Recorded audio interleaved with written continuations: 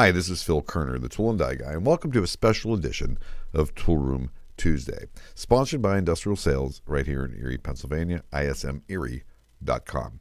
This is a recorded interview I did on Monday, January 28th, 2019, at talkerie.com on the Joel Natale Show. And Joel has a program now for 3 hours every day. He talks about things that are important to our community, the Erie community. On Monday's program, it was all about the state of manufacturing in Erie, which I know you're not in Erie, but can go to a lot of cities, right? Erie's a good bellwether for that test. How is manufacturing in your city? Well, we're going to talk a little bit about this. I was a guest along with a fellow named Mark Rose. He's the general manager of a big corporation here in Erie, the Lord Corporation. And again, we're going to talk about the state of manufacturing. Joel has a little bit of a problem with pronouncing the Tool and Die Guy correctly. I think I was the Tool and Die Guy once. Most of the time I was a Tool and Die, but I'm not dead. I'm here. And the program starts off with a phone call we took right at the beginning from a fellow who is very concerned that why would any bright kid get into manufacturing? If he's smart enough to do this stuff, he should get into a nice clean trade where he can work with his brain and not his hands. But as we know on this program, if you've listened to me at all, a true craftsman works with his hands, his brain, and his heart. So again, this is my interview at talkerie.com, recorded on January 28th, 2019. I hope you enjoy it. So I have to be honest. I'm skeptical about a lot of things, but that one, that seems like a hard nut to me. Secondly, if a kid has an aptitude for technology, with all due respect, why would they want a dirty job? Or why would they want a less paying job than they could get, in a high-tech sector? If they really possess the aptitude, that's where they should gravitate to and, really get rewarded for their gift.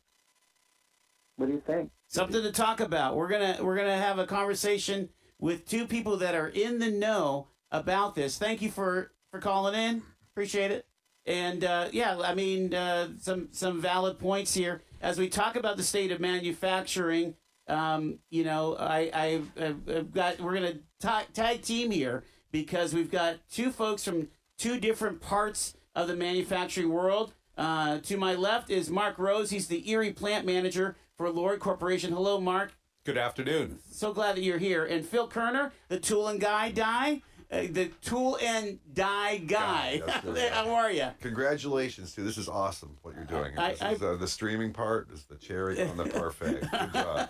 I'm so glad you're both here because you kind of probably speak the same language, and I'm like the communications guy on the sidelines here. What is shocking to me is that Erie still outperforms the whole state as far as percentage of folks involved with manufacturing. 20% of the county, according to this statistic here, is in manufacturing versus 11.5% in all of Pennsylvania. So it's super important. So I'm going to start with you, Mark. What is the state of manufacturing in Erie County as you see it? I think the state of manufacturing is growing. I think we've seen some industries that have left, but we have many, many successful industries that continue to grow in Erie. And I think there's lots of opportunities for new employees to join the workforce. There's opportunities for new companies to move into the area. And I think the future is bright for manufacturing in Erie. Phil, how do you take that question? As you sit, as you look at your friends in manufacturing, where are we at in Erie County especially? Well, my opinion, okay? First of all, Lord's is one of those blue chip companies in Absolutely, Erie. In fact, we were talking out in the lobby about 1924, I believe you guys have been around since. Yeah, yes. It's an amazing story there. Yeah, and I love the story of the idea of Mr. Lord hearing the squeaks of the vehicle driving past his house and said, I could probably come up with something to fix that. That's exactly right. It's amazing, Of course, the place I work at, industrial sales and manufacturing, that's a Erie success story. Just last 2 years ago, they celebrated 50 years of business. Now, for somebody who starts a place today in manufacturing, you're doing good to make it 5 years. You make it through the first 5 years, you're on your way. So they've made it through the ups and downs of the last 50 as we've watched kind of Erie go, up and down. Now, my specialty has always been, my family specialty was the tool and die business. And that took a hit, a big hit. I was going to ask you, has that recovered from like that big dip in 15 years ago, or was it around the recession? About 15 years ago, and I could trace it back to this. Everybody complains about NAFTA. Everyone is a scapegoat, right? Within 1 year of China being let into the World Trade Organization, I was done. I closed my doors because I was heavily in the toy business, and every one of those toy companies set up shop in China. Okay, so the big lament for me wasn't that I learned the wrong trade. Did I spend 30 years getting good at something to pick was I the last buggy whip maker? Right when the car came in, I wasn't. They're still building dies and molds, but they're just being built for 10 cents on the dollar, or the Pacific. So that's really the key. Your position at Lord, though, is in a different place because it is. There's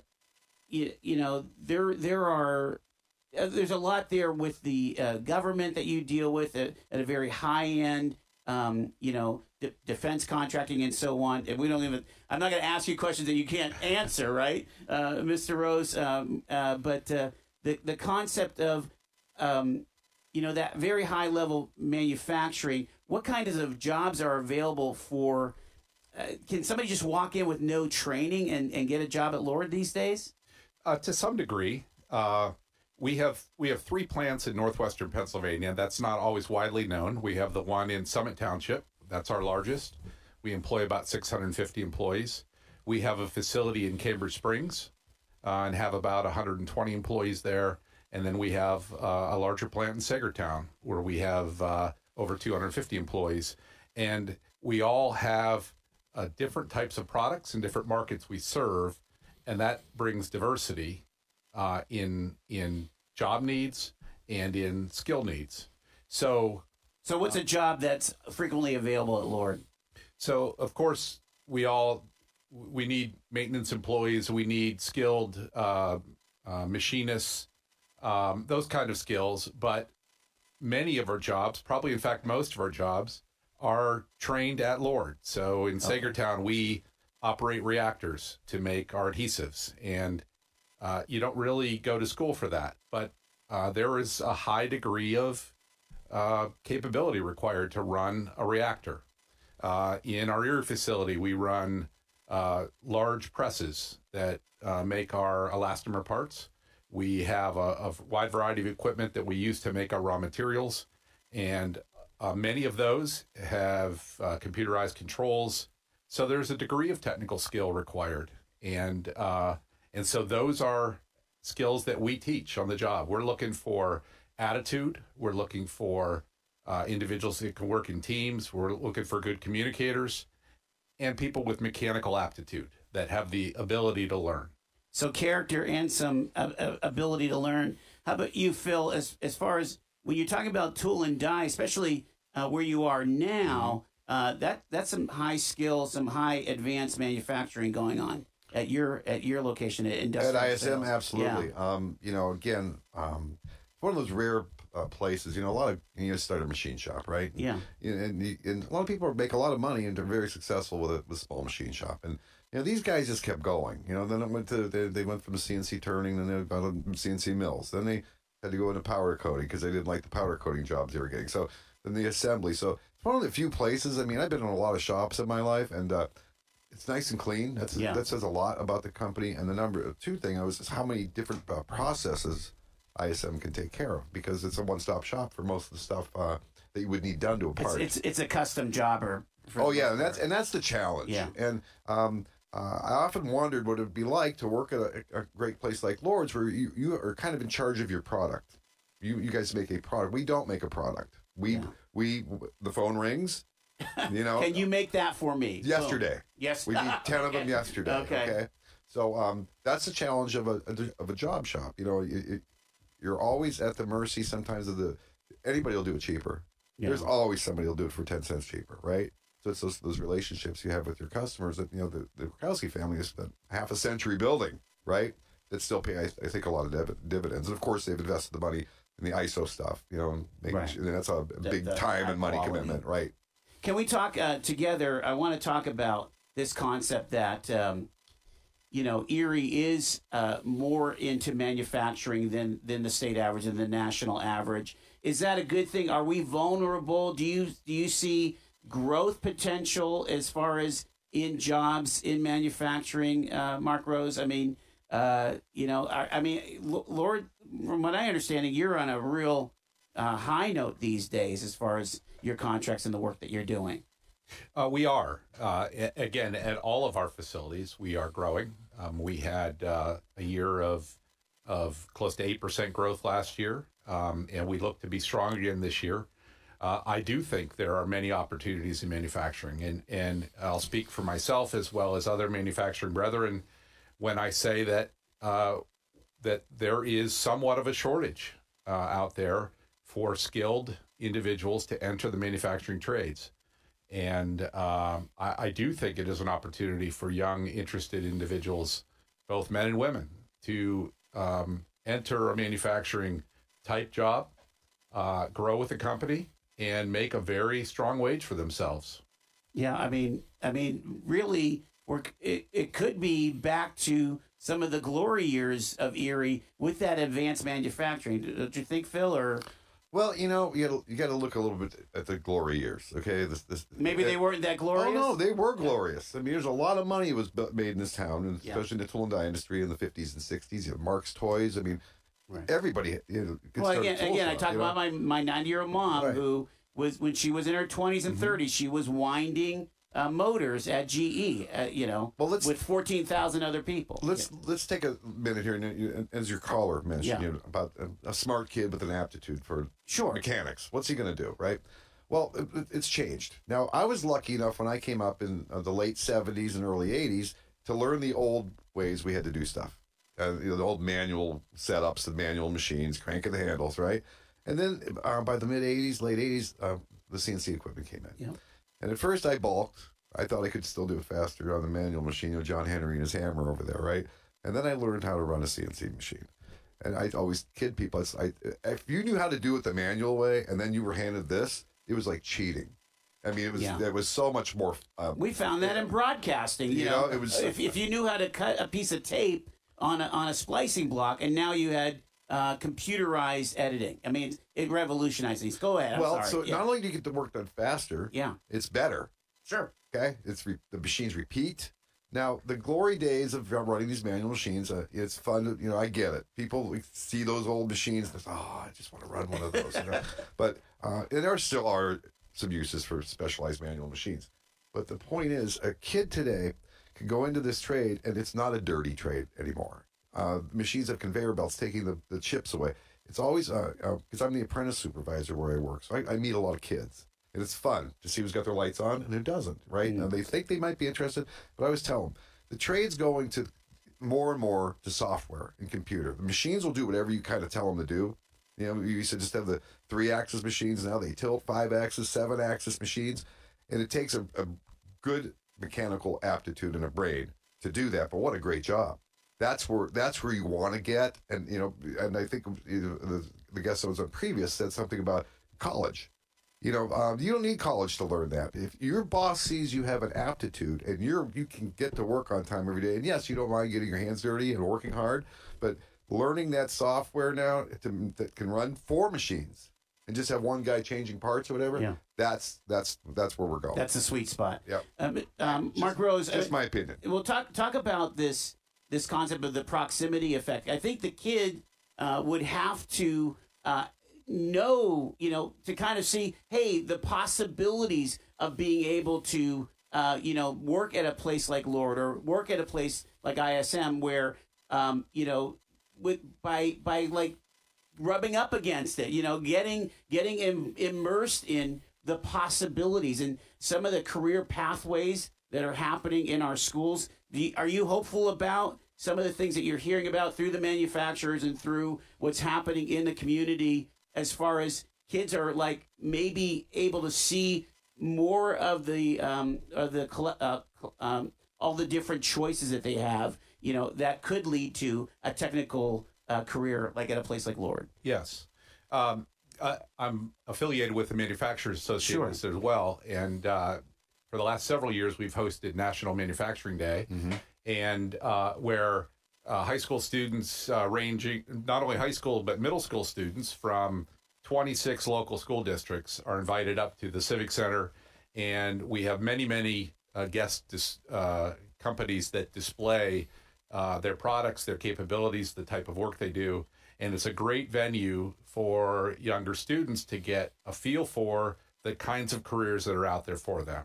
I think the drive and the motivation that school districts are providing for kids to be able to see the opportunities, it's great. So they can make informed career decisions. College is not for everyone. And again, whether it's a 2-year degree in a trade, it could be a follow-on in a different trade school, or just applying your mechanical aptitude in a company that's willing to provide the training. There are a lot of jobs that out there for those individuals that really want to apply themselves. And again, from a 56-year-old man who's lived in Erie almost my whole life, to hear the words, there's a lot of jobs, just that statement alone, it has not been a part of our narrative for a long time. That's really turned probably in the last 5 to 10 years, wouldn't you say? Because the baby boomers were hanging on for dear life. But now it's changed, and now there's kind of this critical need. Speak to that. And we have a very loyal workforce, a great workforce at Lord Corporation, but there reaches a point in time where individuals move on to retirement, and we're looking to bring in individuals that can develop those skills to carry our business forward. And that's why I say there are a lot of jobs. Some of them are replacing individuals that are retiring, and some are supporting the growth that comes along. And I think many other employees are in the same situation. Phil, we were saying that there's the high schools are really starting to expose the kids through career pathways and some of these specialty academies, like the engineering academy at McDowell. Well, a couple things. I'm the apprentice supervisor at ISM, not of Erie County, so I can only see what comes my way. Yeah. I will tell you 2 schools right now that stand out. Right now, McDowell High School, which is my alma mater, very proud of them right now. They've got a wonderful, some electives now that these kids can take. And get them at least exposed to some things in manufacturing, maybe 3D printing, design, modeling, as I was discussing earlier, modeling up parts and then taking them right to the machine. That's where we're going, right? That's the holy grail. That's awesome. Then the other school that seems to have an emphasis from my end is General McLean. Yes, yeah. And I've been shadowing kids. They're coming out and spending a half a day with me now. And they're great kids. So that's been a lot of fun. So that's encouraging. That's the first bright spot I've seen in a while, because we all grew up with shop classes mandatory in our, I believe in junior high school I had a shop class. Yeah.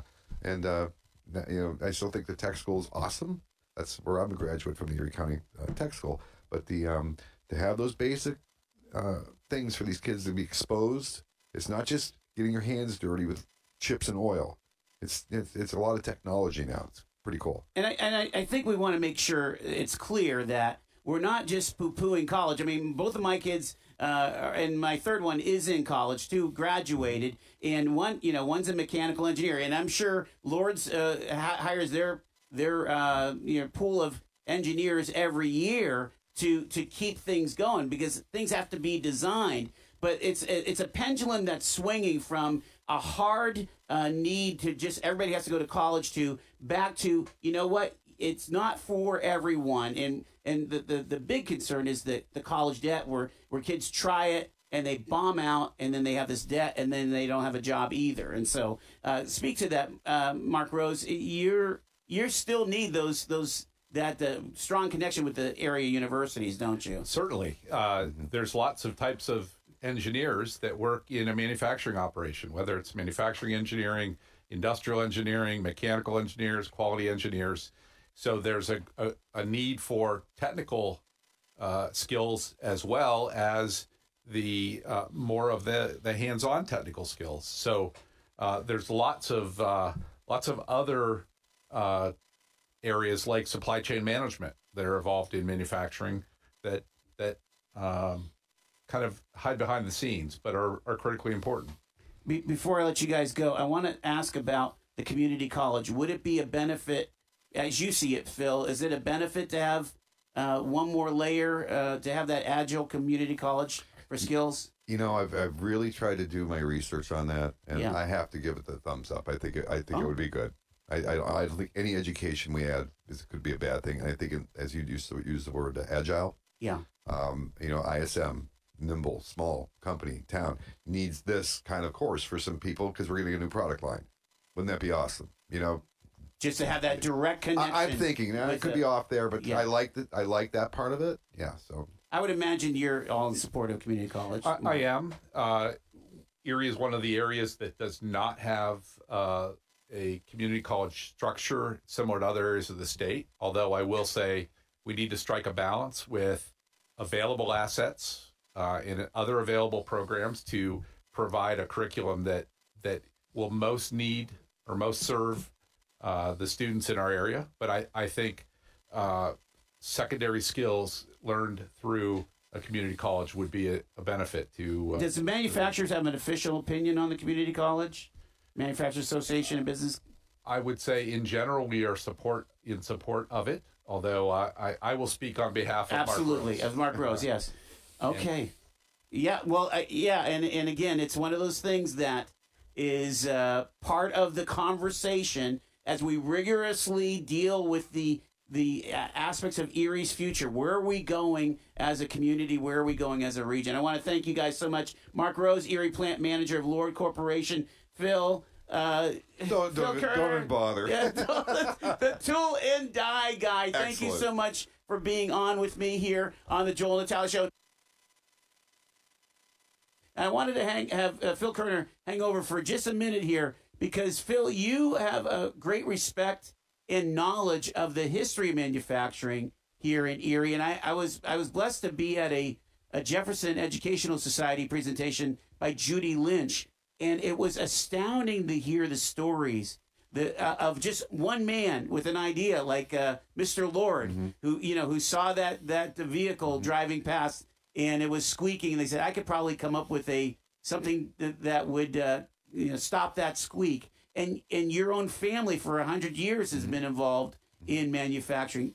Speak to that. It's a part of our fiber, isn't it, in Erie? I like to say it's in our DNA here. Yeah. And my wife is not from Erie, okay? And so she moved here when she was 15 and then went off to college when she was 18. Now she's back now.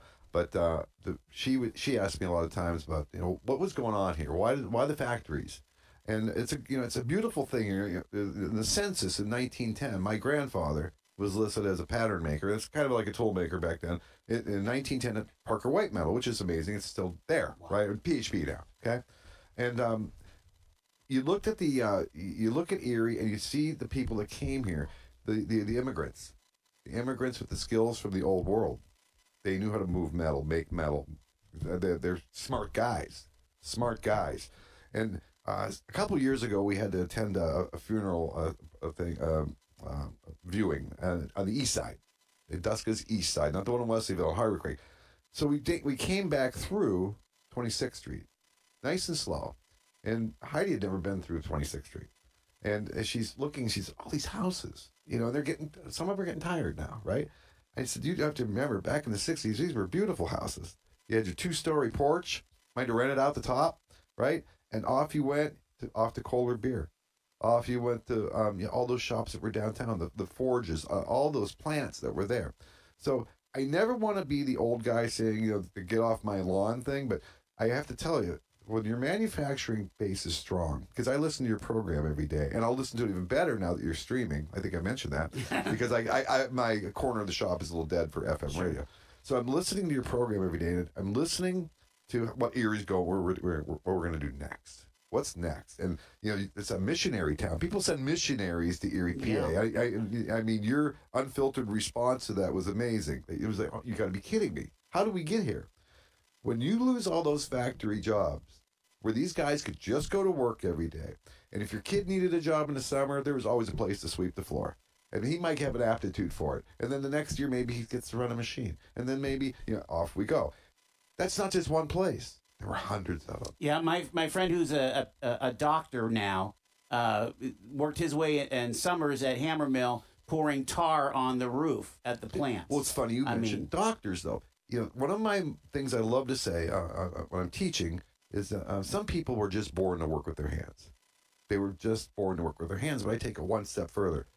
The great satisfaction at the end of the day, looking at something you just spent 8 hours building, and it's not just looks good, it's precise, it's done, it's going to be great, your boss is going to be happy. This is what you do. And I can tell you, the Tool and Die Guy site, that's where I do the lessons, right? You would be surprised how many members I have are doctors. Wow. They're done, but Dad was a tool maker or a machinist. They got the tools when he died 50 years ago, 40 years ago, and they've always wanted to build something. And they join up for lessons. And, of course, they always want to build something like a toy steam engine. It's like, hey, Doc, slow down. Let's learn how to read a ruler here first, right? But it's very cool stuff. So there's great satisfaction and personal satisfaction from building stuff. In Erie, Pennsylvania, that is our soul. I believe that with all my heart. We are truly the maker city. We are. And when you lose that, what steps in? Now, I appreciate, the Lord Corporation's doing great, and ISM's doing great. There's those pockets, and there's still room in manufacturing. But probably, the machines just took a lot of it away, So, but if you like building stuff, if you're mechanically inclined, the trades just changed now. There'll always be room for talented tool and die makers, always, but just not as many of them. Yeah. But if you can manipulate software and you can think in 3D and draw this stuff up on a computer and then put this into a program and put a block of steel on that machine and watch it go, now we're talking. That's cool. That's cool. That's cool. Thank you, Phil Kerner, giving us that perspective.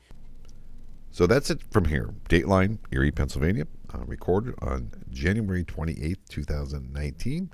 Sponsored by Industrial Sales and Manufacturing in Erie, Pennsylvania. ISMErie.com. If you get a chance, send them a little note. Just hit the contact button and say, hey, listen, I really appreciate you sponsoring Phil's program. And you listen to it. One of the beautiful things, of course, about the internet is this goes all over the world. And you'd be surprised at the people who tune in and listen to the stuff we talk about here. So there's a lot more coming up. But that is the state of manufacturing in Erie, Pennsylvania. I am Phil Kerner, the tool and die guy, the guy and tool guy, the died guy who died. A lot of stuff going on in the interview, but again, a true craftsman works with his hands, his heart, his brain. That's what we do here. We promote the trades, and we'll see you and hear from you on the next program. Thanks for listening.